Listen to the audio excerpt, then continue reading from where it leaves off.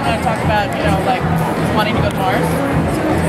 Now stop. I want to go to Mars. Well, I don't personally want to go, but I'd send Alan. I'd send my daughter. Yeah, it's the way of the future, Like right? Dad, yeah. At one point, she kept saying to me, she want to go.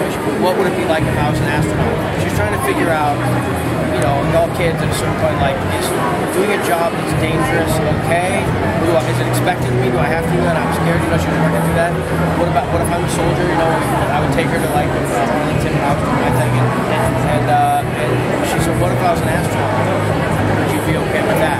And she would say, well, are you okay with me being in the Army? I don't know if I want my daughter to be in the Army, but I can't say that you shouldn't do it. You know, if you're ready for something, you felt fine to do it. So what about being an astronaut? I thought, someone's going to be the first to stand on Mars. That's right. You know, but there's probably, it could cost sacrifice before you get there. So would that sacrifice be okay? It would on some level, like, you know, for civilization. Anyhow, she was just kidding about the Mars thing, but that's for our backstage blog, so you can wave at the backstage people.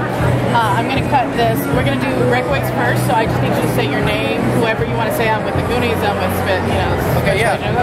And you're listening to Military Family Talk Radio. Military Family Radio. Okay. Okay. Give me just a second. Let me start. And hi, I'm Sean Astin, Mikey from the Goonies, and Sam from Lord of the Rings, and Oso from the Disney Channel cartoon Special Agent Oso, coming to you live from D23 on Military Family Radio. Did I get that right? You did. You did. Let's do one more. Yeah, let's do one more. And it's military. Yeah, it's Military Family Radio.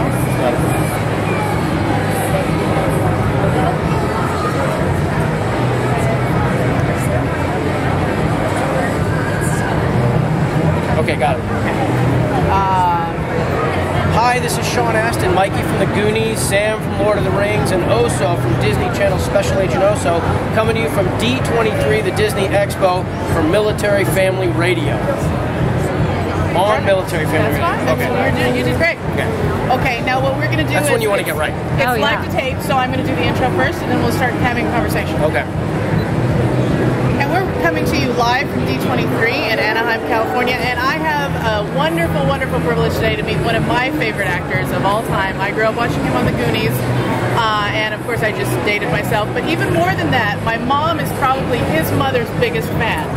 So I've seen every Lifetime special, I've seen every made-for-TV movie, you name it. I've even seen the old Petty Duke show, you know, on cable, and Nick and I stayed up and everything. So to me, it's like meeting family, and we've got Mr. Sean Astin here. You all know him from the Goonies, and of course he's the voice of Special Agent Oso. So glad to meet you today, Sean.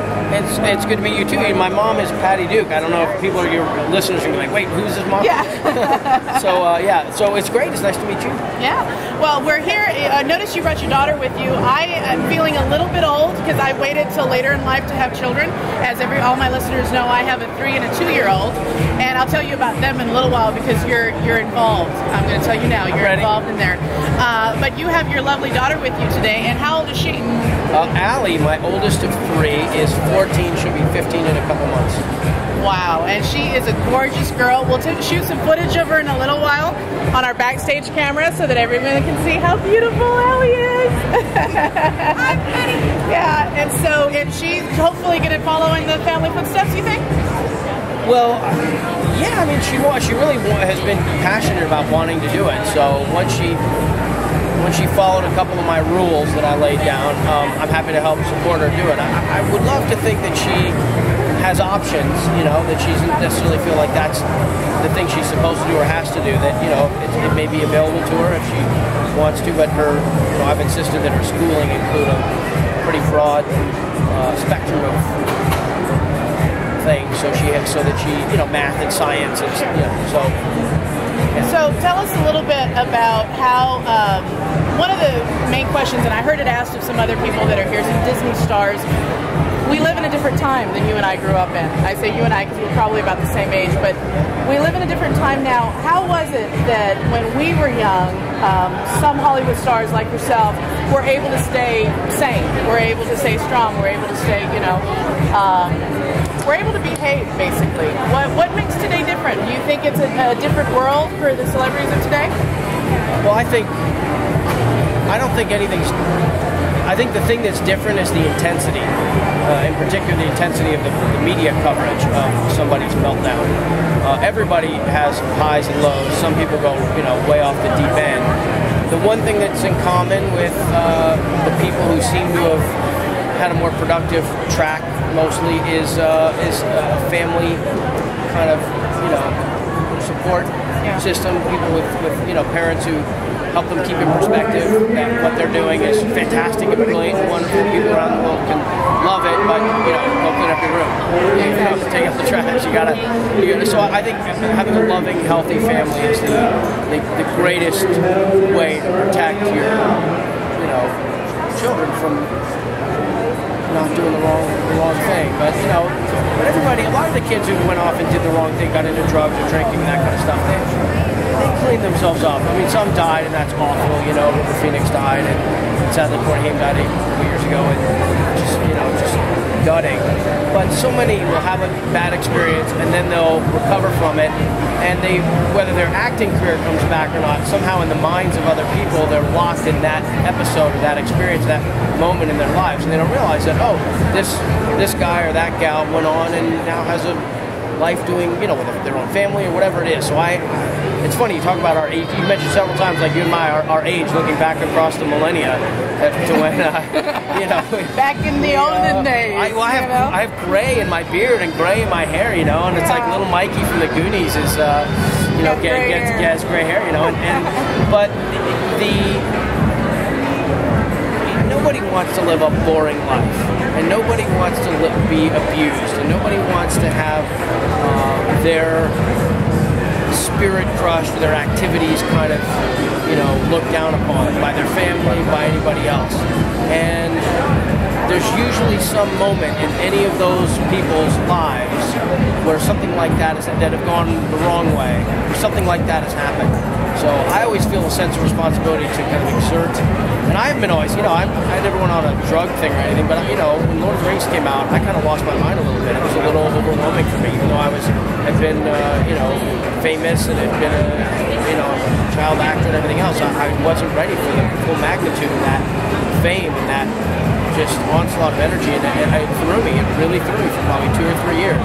2003, 4, 5, I was just not myself, and thank God my wife, loves me and cared about me enough to, help me keep my feet on the ground, and we had our children and everything. So I never look at people and think like it's Caesar, thumbs up or thumbs down. They're good or they're bad, or they went off the truth. So, the problem is sometimes things happen too fast for people. They get really famous really quickly. A lot of money happens all of a sudden. And it doesn't just happen in movies. It happens in sports. It happens in everything in life. And when you're under a kind of media microscope, it's just it's sad because it amplifies your bad behavior, and that becomes what's memorable, and that can become your identity. So you just have to be very. And now everyone has that experience, because if you've got a cell phone, you're an international, entertainment conglomerate. You can record the wrong thing, put it on the internet. It's global, and you can never take it back. So everyone now is experiencing what, in my family, we experience as a matter of course. Well, I mentioned to you that you're involved in the lives of my children in the way that even before my husband and I married, we're big. My husband's a big fan of the books, the Lord of the Rings books. And after I wasn't familiar with the books, and after I saw the movie on one of our dates, we said if we ever marry and we have a son, our oldest son will be named Sam. Oh my goodness! And so he's going to be 4 on Monday. My 4-year-old name is Sam. Not Samwise. You weren't too mean to him. No, I wasn't too mean. I thought that would be going a little too far, because he'd have to explain one lady on stage just told me her daughter's name is Galadriel. Really? Yeah. Oh no, Lorien. Her daughter's name was Lorien. Lorien. Yeah. Wow. Yeah. No, we stuck with Sam. We named him Samuel. And it's funny because even when people biblical too, you got a biblical. That's thing right. We thought we got double thing there, but I always tell people I named him after you instead of the character, because I just loved your portrayal of that character. Bless you. Thank you so much. We're big fans. Give him a hug for me. I will. Thank you. Now tell us in closing, because I know you've got a line of people here waiting for you. Tell us, do you have any messages for military families throughout the world that are listening to you today?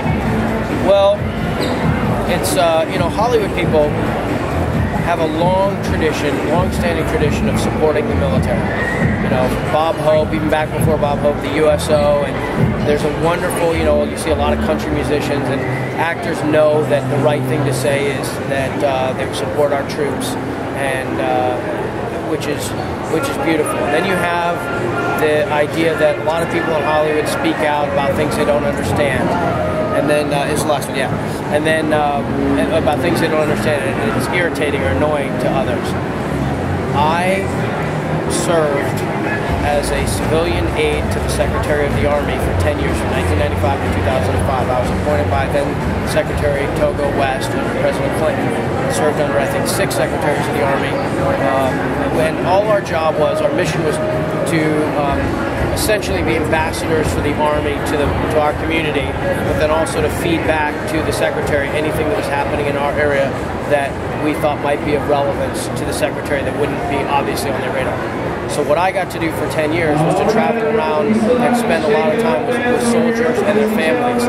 And I love the U.S. Army, and I love our soldiers, and I love that there's a strength not just with them, but with their families, and the sacrifice that they make being away from each other for so much time, and multiple deployments, and pay issues. And there's always issues that our country talks about supporting the troops, and then when the rubber hits the road, there's a lot of times where the troops don't get the support that they want and need. So I would just say that as far as Sean Astin is concerned, I work as hard as I can in my little sphere, my little realm with the people I interact with, to advocate for really demonstrating with actions and with money, and with faith, support for our soldiers and their families. So I would say thank you for your service, and God bless the United States.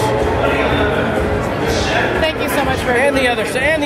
Yeah, I was going to say, don't forget the Navy, the Marines, and the Coast Guard. Yeah. But I figured this is an Army station. But no, everyone, even the Coast Guard, the poor little Coast Guardians. They keep us safe at home, and we forget them sometimes. Hey, if we go surfing wrong, they're the ones who are going to come get us. That's right. Thank you so much for all you do, and on behalf of military families everywhere, thank you for the happiness you bring our kids, and those of us that still remember you from the Goonies and from Lord of the Rings. Thank you for all you do. Well, Goonies never say die. The road goes ever on, and Oso says it's all part of the plan.